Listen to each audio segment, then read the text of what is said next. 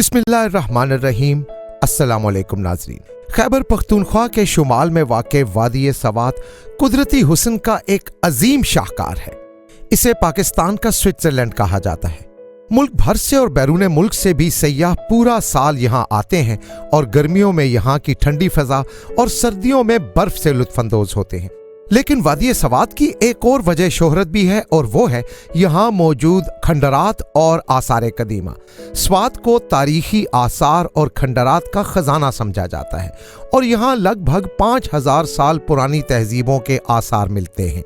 पिछले 64 सालों से आसार कदीमा के गैर मुल्की माहिरीन इस जगह पर मुसलसल तहकीक कर रहे हैं और हर साल इस जगह से कोई ना कोई ऐसी चीज़ बरामद होती है जिससे कुछ नए ही इंकिशाफात होते हैं। हाल ही में इटली के आर्कियोलॉजिस्ट को एक ऐसी चीज़ यहाँ से मिली है जिसने काफ़ी सारे सवालात उठा दिए हैं। आर्कियोलॉजिस्ट इस बात पर हैरान है कि हज़ारों साल पहले जब कोई कम्युनिकेशन सिस्टम भी नहीं था तो पाकिस्तान के इलाके सवात और यूनान के कदीम इलाकों में पाए जाने वाली इमारतें एक ही अंदाज में कैसे तामीर कर ली जाती थीं। वो क्या चीज़ थी जो यूनान और पाकिस्तान में कॉमन निकली है और आसार कदीमा के इटालियन माहिरीन क्यों इस पर हैरान हो रहे हैं कि वो टेक्नोलॉजी यहाँ तक कैसे पहुँची। इस पर हम बात करेंगे आज की वीडियो में।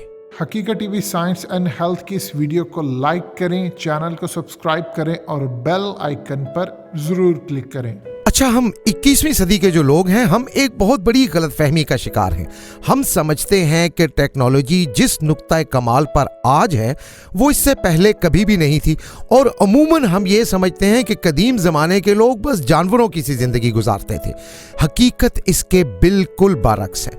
आप अहराम मिस्र को देख लें और दूर क्यों जाएं, हमारे मोहनजोदड़ो, हड़प्पा, टैक्सिला और वादी सवात में जिस पर हम अभी बात करने लगे हैं, यहाँ ऐसी ऐसी तहजीबें पाई जाती हैं जो टेक्नोलॉजी के नुक्ता कमाल पर थीं। उन लोगों ने ऐसी ऐसी दरियाफ्तें की, रहने सहने के ऐसे ऐसे तरीके निकाले कि जिन पर आज भी हम अमल करते हैं। आज की जदीद हाउसिंग सोसाइटीज़ दरअसल उन्हीं तरीकों पर, उन्हीं प्लानिंग्स पर बनाई जाती हैं जो आज से 3000 5000 साल पहले, बल्कि उससे भी पहले मुख्तलिफ तहजीबों में राइज थी। सबसे दिलचस्प बात यह है कि सैकड़ों हजारों मील दूर तहजीबों के शहरों में टेक्नोलॉजी इस हद तक एक दूसरे से सिमिलर थी कि हमें हैरत होने लगती है कि ये लोग ऐसे टेक्नोलॉजिकल आइडियाज शेयर कैसे करते थे। तो बात हो रही है स्वात की, जो पाकिस्तान के सूबे खैबर पख्तूनख्वा का तारीखी और सकाफती लिहाज से बहुत कदीम और अहम शहर है। यहाँ हजारों साल पहले के खंडरात मिलते हैं और मालूम होता है कि कभी ये शहर एक बहुत बड़ा तहजीबी मरकज था। यूरोप के लोग भी यहाँ आते जाते रहते थे और हजारों साल पहले यूनानियों की आमदोरफ्त भी इस इलाके में रहती थी। सैकड़ों साल पहले स्वात उधियाना के नाम से जाना जाता था और ये इलाका सेंट्रल एशिया को साउथ एशिया से मिलाता था। इसलिए साउथ और सेंट्रल एशिया के लोगों के लिए हजारों साल पहले ये इलाका एक गेटवे की हैसियत रखता था। माजी में सेंट्रल एशिया से गुजरकर लोग टैक्सिला के रास्ते से होते हुए हिंदुस्तान और उससे आगे के इलाकों तक जाते थे। एक बड़ी गुजरगाह होने की वजह से ये इलाका माजी में बहुत बड़ी बड़ी जंगों का मरकज भी रहा है। यहाँ से आज भी हजारों साल पुराने हिंदी यूनानी कल्चर, बुद्धमत, हिंदू शाही और गंधारा तहजीबों के आसार जगह जगह मिलते हैं। पिछले 65 सालों से यहाँ से तारीखी नवादरात यानी हजारों साल कदीम चीज़ें मिलने का सिलसिला लगा हुआ है। जब आसार कदीमा के माहिरीन ने इस इलाके में तहकीकात की तो उन्हें यहाँ हज़रत ईसा अलैहिस्सलाम से भी 800 साल कबल पाए जाने वाली गंधारा तहजीब के आसार भी मिले। गंधारा एक कदीम रियासत थी जो शुमाली पाकिस्तान में खैबर पख्तूनख्वा और सूबा पंजाब के इलाके पोठवार के कुछ इलाकों पर मुश्तमिल थी। पिशावर, टैक्सला, तख्तबाई, स्वात, दीर और चारसदा इस गंधारा तहजीब के अहम मराकज़ थे। ये तहजीब दरियाए काबुल से शुमाल की तरफ वाक़ थी। गंधारा 6ठी सदी कबल मसीह से 11वीं सदी तक कायम रही। सैकड़ों साल कदीम हिंदू किताबों में गंधारा तहजीब का सिलसिला बड़ी तफसील से मिलता है। अच्छा, गंधारा तहजीब के रिमेन्स एक बड़ी तरतीब के साथ शुमाल से जनूब की तरफ आते हैं। स्वात से शुरू करके अगर आप पहाड़ों से नीचे उतरें तो आता है तख्तबाई, दीर, चारसदा से होते हुए पिशावर और पेशावर से जब आप नीचे की तरफ आएं तो टेक्सला तक आपको जगह जगह इस तहजीब के रिमेन्स बाकियात मिलते चले जाते हैं। ये रावलपिंडी के करीब जो हमारा कदीम तहजीबी शहर है टेक्सला, ये भी गंधारा तहजीब के लोगों ने ही आबाद किया था। आसार कदीमा के बाज़ माहिरीन के ख्याल में टेक्सला की बुनियाद टका नामी कबीले ने रखी थी जो वस्ती एशिया से आया था। चुनाचे उसके नाम पर इस शहर का नाम टका शेला पड़ा जो रफ्ता रफ्ता टेक्सेला हो गया। स्वात में खुदाई का सिलसिला जारी रखा गया तो वहां से मौर्य सल्तनत के आसार भी मिले हैं।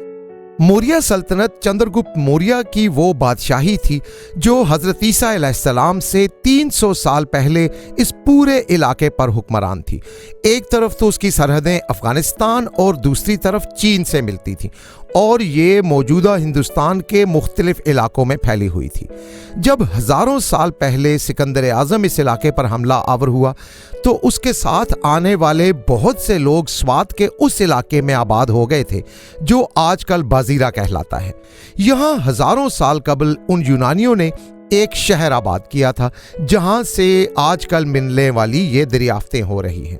बाद में जब यूनानियों और मकामी लोगों ने आपस में मिलना जुलना शुरू किया तो एक नई तहजीब बनी जिसे हिंद यूनानी तहजीब कहते हैं। इंडो ग्रीक किंगडम ने इस इलाके पर तकरीबन 210 साल तक बादशाहत की। 2 सदियों बाद ये बादशाहत तो खत्म हो गई लेकिन इसकी पैदा करदा तहजीब के आसार आज तक मिलते चले जाते हैं। एक तवील अरसे तक ये शहर आबाद रहा और फिर किसी नागहानी हादसे का शिकार होकर ये उजड़ गया। अब ये सवाल कि कोई तहजीब या कोई शहर किस तरह से उजड़ जाता है, सफ़ाए हस्ती से मिट जाता है, ये भी माहिरीन आसार कदीमा के लिए बहुत बड़ा सवाल होता है।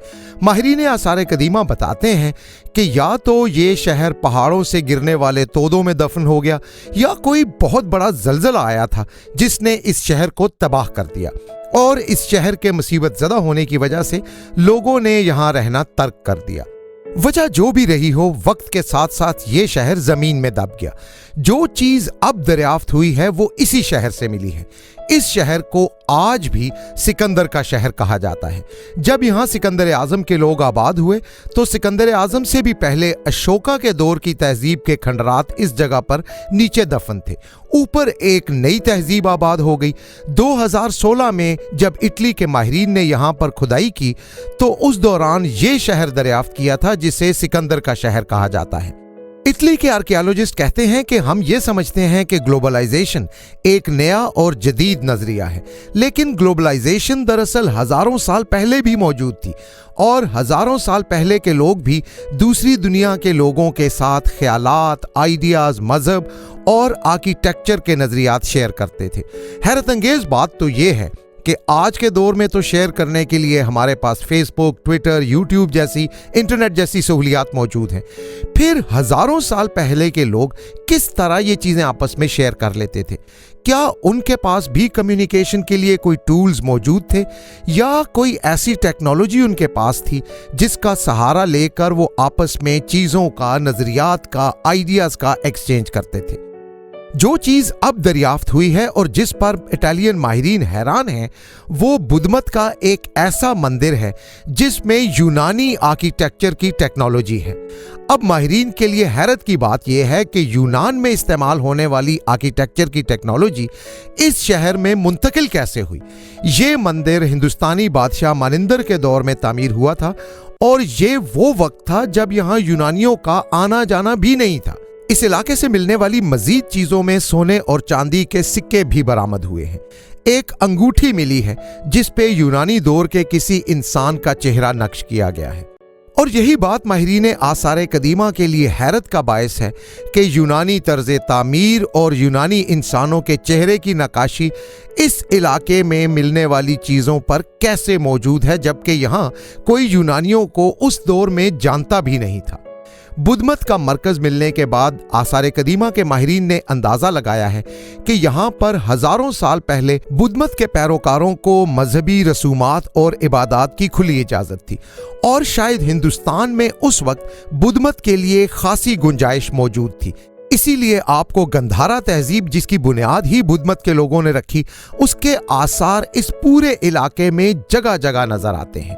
हिफाजती नुक्ता नज़र से ये जगह सिकंदर आज़म के फौजियों के लिए बहुत अहमियत रखती थी, क्योंकि बुलंदी पर होने की वजह से इस पर बराह रास्त हमला करना किसी भी तरफ से मुमकिन नहीं था। दुश्मन के हमलों से महफूज रहने के लिए इस शहर को बुलंदी पर तामीर किया गया था। इसलिए इस बात पर सब मुत्तफिक हैं कि ये शहर किसी हमले की वजह से तबाह नहीं हुआ था, बल्कि शायद कोई कुदरती आफत या जलजला वगैरह थी जिससे ये शहर सफ़ाए हस्ती से मिट गया। हकीकत टीवी साइंस एंड हेल्थ की इस वीडियो के नीचे कमेंट ज़रूर कीजिए, अपनी राय का इजहार ज़रूर करें और इस वीडियो को हर जगह शेयर करते हुए चैनल को सब्सक्राइब ज़रूर करें।